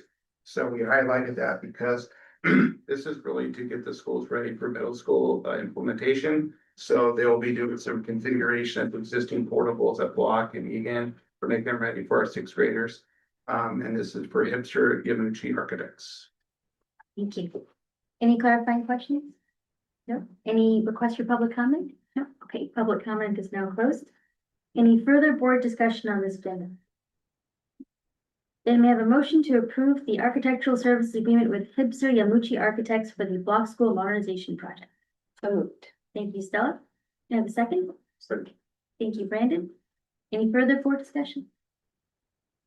Okay, motion to approve the architectural services agreement with Hipster Yamuchi Architects for the Block School Modernization Project was made by Stella, seconded by Brandon. All in favor, please say aye. Aye. Any opposed? Any abstentions? Thank you. Motion passes unanimously. Architectural services agreement for the Egan School Modernization Project. Okay, last one. This is for Egan School. And then this, just as a reminder, the full scope has we identify because we don't know what rooms we're moving or reconfiguring. So we're hoping to not have to do like a change order and amendment later on. But this is also for the Egan School Modernization, and this is approval from Hipster Yamuchi Architects. Thank you. Clarifying question? I Yes. just have a question. Sorry, I should have probably asked this before, but I know with the other agreements, we're choosing different architects because of the size of the project. So this one, we're having the same people do the, Yeah. and we're pretty confident. Yeah. Okay. Yeah, and the thing is, we also, as this district hasn't done any major construction in a while. This, we've told the architects, this is your trial run. And they've all done great work at other school districts. I'm not worried about performance, but it's very normal to have one architect kind of do one or two schools and another architect does another one or two schools. That's also a bandwidth issue. The firms are all very busy with all school districts passing bonds plus state funding. Not every architect, I'm sure they would like to do all of them, but I'm also mindful of, just like with general contractors, we'll have multiple contractors doing work at multiple different sites. Same thing with the architects. We do want to spread the work around. There's plenty of work to do for everyone. It's a bandwidth issue. If they've got 5 projects, they might not be able to take it on. So we're being mindful of that as well. Any other clarifying comments? Any requests for public comment? Public comment is now closed. Any further board discussion? No. Okay, then may I have a motion to approve the architectural service agreement with Hipster Yamuchi Architects for the Egan School Modernization Project. So moved. Thank you, Stella. Can I have a second? Second. Thank you, Brandon. Any further board discussion? No. Motion to approve the architectural services agreement with Hipster Yamuchi Architects for the Egan School Modernization Project was made by Stella, seconded by Brandon. All in favor, please say aye. Aye. Any opposed? Any abstentions? Great, motion passes unanimously. Thank you. Next, amendment to funding agreement, regulatory agreement, and resident selection criteria with the Akasha. Yeah, this is an amendment to the current agreement that we have with Acacia, which is the workforce teacher housing project. The district and other districts invested some funds to support low cost housing. And we're very excited to say we've got 6 LASD staff members in there. The district purchased 24 units. And for a multitude of factors, and I'm a former economics teacher, supply and demand is the #1 thing, right? I always tell people is that just because we have the units, it didn't create the demand. The units are nice units, they're brand new. Some of the things that we heard feedback from staff was they're a little too small. There's not a lot of great storage. The parking's not that great. And then the rents are still a little too high. And so those are factors that we listen to staff and do that. We've done a lot of marketing, there were a lot of open houses. We did our 5 bullets. We did a lot of outreach to staff members. When new teachers were hired, we had people walk them out there. I've attended the opening and a lot of open houses. And for some reason or another, it didn't come to fruition. So those are some factors. And then Mercy is on a very tight timeline. They have some loans that they have to satisfy, and this is really a joint effort with the county and other school districts. So our school district, Palo Alto and Mountain View, we approached Acacia and we said, hey, we don't think we can fill the units with our own staff members. So they wanted to start offering the units off to the public and to other people, and that's a little concerning to us because these are public funds and we don't want to have our public fund be privately subsidizing private housing. So we worked with our legal counsel and we came to a very good agreement that we're both happy with. This will allow the Acacia to still rent out units. The good news is the district will retain the 6 units. We will work with the 6 staff members that are there. And when those units become available, we're going to ask them to give us some advance notice. They will let us know, hey, I'm going to be moving out to somewhere else. And then we would be able to market that to our direct layer staff unit. So we feel this is a good agreement for the district. And I want to acknowledge, not every time when you make an investment or something, it always pans out. This was still a good thing for our staff members. I know Allison might have left, but one of the things is we are getting more teachers that we're hiring because we've done a nice job compensating our teachers. We have a lot of people that we're hiring that already have housing figured out. And housing is such a personal issue. Like when we're hiring a veteran teacher from another school district and they're coming here and they've been in the county or been in this area for the last 5 to 10 years, they already have housing. So as a recruitment for new teachers, we think it's been a decent tool. We have a couple of new teachers in there this year. So we're happy that we've got some units filled, but we also didn't want to lose out. And then once a unit gets filled by somebody that's not our employee, it'd be really tough to get one of our people in that unit at that time. So we work with both school districts, and we feel this is a good way to show the community we did invest in teacher housing, educator housing. It didn't work out perfectly, and that's okay too, right? Not everything works out perfectly. So we're asking the board to approve this agreement. And then the district would receive a reimbursement from the Acacia for $900,000. We will put that money back in our building fund because that's the fund that we use to pay for this. We used our lease revenue from the San Antonio campus to help pay for these units. So that's how the funding came about. So it's an action item, and happy to answer any questions. Are there clarifying questions before I go to public comment? We have one for public comment. Thank you for your patience and hanging out there. Fatima Mohammed. You have 3 minutes. Okay, I'm from the Acacia apartment complex. And just to clarify, it's not just for educators, it's for any employee of the Los Altos School District.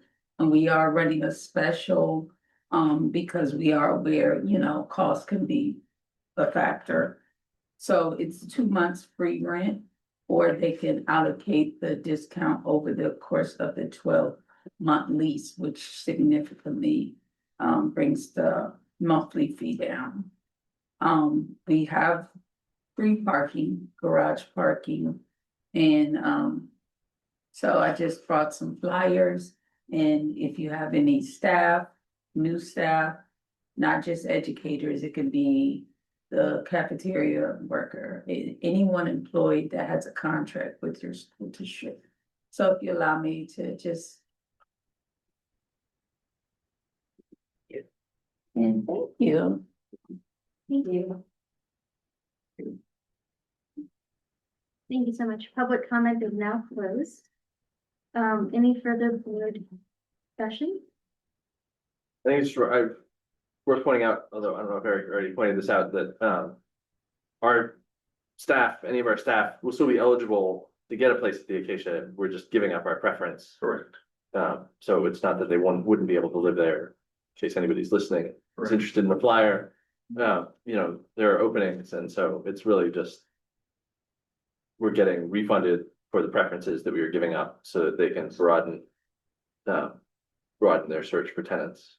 So it's, as Eric said, it's a little disappointing that this didn't work out as a purely teacher housing project as it was sort of envisioned all those years ago, but a lot of things have changed, I think, between enrollment decline, which has decreased the number of educators in the community, and rents have actually softened in some areas. So I know I've gotten some feedback that sort of we have employees who have looked, but actually where they are is no more expensive, or they can find something not that far away that's also a good school district that's cheaper, sort of because of the way this was set up. It's unfortunate that our neighboring district, Mountain View Wisman, has their own teacher housing project, and they had to do some significant financial gymnastics to sort of get that back on track. So this is a similar effort, I think, by the county to sort of bail things out, get tenants in so that the loans can get paid off and this can move forward. So I'm glad we're at least able to get what we paid for the preferences back without having to give that up at a discount or for nothing. So thank you for all your work on it. Thank you, Eric. I remember when the teacher housing town halls were happening, and a lot of the teachers making comments at that time, they didn't have their own home. And it's very interesting, Eric pointed that out, is that some of the teachers that we're hiring now maybe perhaps have their own housing situation sorted out, so times change. I would have liked for it to have worked out a little better too, but. And then, Barry Smith has been kind of advocating for teacher housing for our staff members, and he's been, I think the next thing we've really been looking at folks now is ADUs. And how we can get some of our new teachers that don't have a big family into a small ADU just to get them into the district. And then, so we'll keep working with Barry on it, because I think it's a nice thing to have for the ADUs, especially if you're a brand new teacher right out of college and you don't need a big place. But some people need a little bit more space sometimes, and so some of these units at Acacia are a little bit smaller. I would have a hard time, how do I consolidate? But if you're right out of college and you're a brand new teacher, you don't have a lot of things usually, so it's a little bit easier to move into a smaller place. And so that's what we feel some of these ADUs, and we like the ADUs because they're in Los Altos. And so that really cuts down on commute time for staff. So he's still working with our community. I've been working with the Los Altos Mountain View Community Coalition, and they've been great about it's because it is really a thing in this community. How can we find housing for first responders, educators, restaurant workers? So it's a good thing. And I think we've got a lot of good people in our community trying to solve the problem. Thank you. All right, if there's no further comments, then we have a motion to approve the amendment to the Acacia funding agreement, regulatory agreement, and resident selection criteria. So moved. Thank you, Stella. Is there a second? Second. Thank you, Brian. Is there any further board comment or discussion? Okay. Motion to approve the amendment to the Acacia Funding Agreement, Regulatory Agreement, and Resident Selection Criteria was made by Stella, seconded by Brian. All in favor, please say aye. Aye. Any opposed? Any abstention? Thank you. Motion passes unanimously. On to board policy updates. All right, so you have 4 listed, but we're actually going to pull A off because there was just a new update from CSBA that came in today. So we're not gonna have you look at this one until we can do the full update. So if you look at 11B, C, and D over the next week or two, and if you have any questions, let me know that they will come back to the next meeting for approval. Any clarifying questions? Any public comment? No, public comment is now closed. Further board discussion? Okay, great, thank you. On to board and administration comments.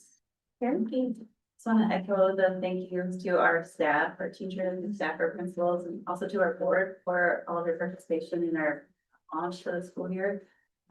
Personally, I want to thank Kim and Jasmine Civic from CFA Regional Office and Allison for all of their work over the summer. We were in regular contact on a variety of employee matters. I really appreciate our partnership. We're getting ready to launch our LATA negotiations. Our first session is in September. It's actually, before. So we'll keep you posted on that launch event. Oftentimes that's more informal. We do a lunch. So I'll let you about that as we plan. I want to thank all of our classified 12-month employees for working very hard over the summer. We cannot thank them enough. Elizabetta, our fiscal director, has been working. We have to make her take a vacation, but we're very close to closing the book for the financials. It's next meeting in September. We'll have unaudited actuals for you. We had a very successful Rotary Art in the Park, and it was so great when I go to Rotary. I hear the stories about how people in Rotary were the people that started Mentor Tutor Connection. And we have a lot of my Rotary friends are like, oh yeah, I do living classroom. I didn't know that. I've never seen you at a school. Where are you? So it's been kind of nice. Yeah, it's been a great year. And then a proud moment is I'm a former economics teacher, and one of our new teachers was one of my former students. So that made me very like a proud moment that one of my former students is a teacher in our district. I have students I've taught her in other districts, but having somebody come to our district is kind of nice. So it was a nice feeling done. We went to welcome back thing at Egan, and she's like, "Hi, Mr. Walkevich." I'm like, "Oh my gosh," so I haven't seen her in 24 years, so it'll be pretty neat. So Did you check it out? no, she's elementary. Yeah, we're in elementary. Sixth grade. Sixth grade. Such a small world, right? Brian? Nope. Stella? Well, I did attend a bunch of the welcome back events, and I just really enjoyed the positive energy and the good vibes and catching up with people. And so I just am so excited for this school year. I also attended some of the events. There was a lot of positive energy, which was great to see, both from staff and students on campus, because I have a student, and so it's very encouraging. It's great. Brandon? Yeah, thanks again to Jenny and all the people that put on all of these events. They're really great. Also, this is the most commenters that I've seen at a meeting since I've held this seat. So Yeah. Nice, great to have many people here commenting on things that we're dealing with. Like to see all communicated. I agree with you. It is really nice that we have such an engaged community that cares very deeply about the community and the schools. I went to the same events, and it made me miss being a parent, in our district again, because so much of my social life was like, all of our friends and everything was just through the schools, and it was really great to see other parents, like engaging with other parents, and just, it was really lovely. Our district is a very special place, and and I'm gonna take it back to the news teacher lunch that I went to, just to see them and to know what they have to look forward to, like the community that they're coming into, like that makes me feel very happy and excited. Alrighty, and with that, thank you to all of our speakers. Thank you to Jolie, who's a fellow board member. Thanks everyone for hanging out. It's not quite 9 o'clock yet, so I'm gonna adjourn before I keep talking. Good night.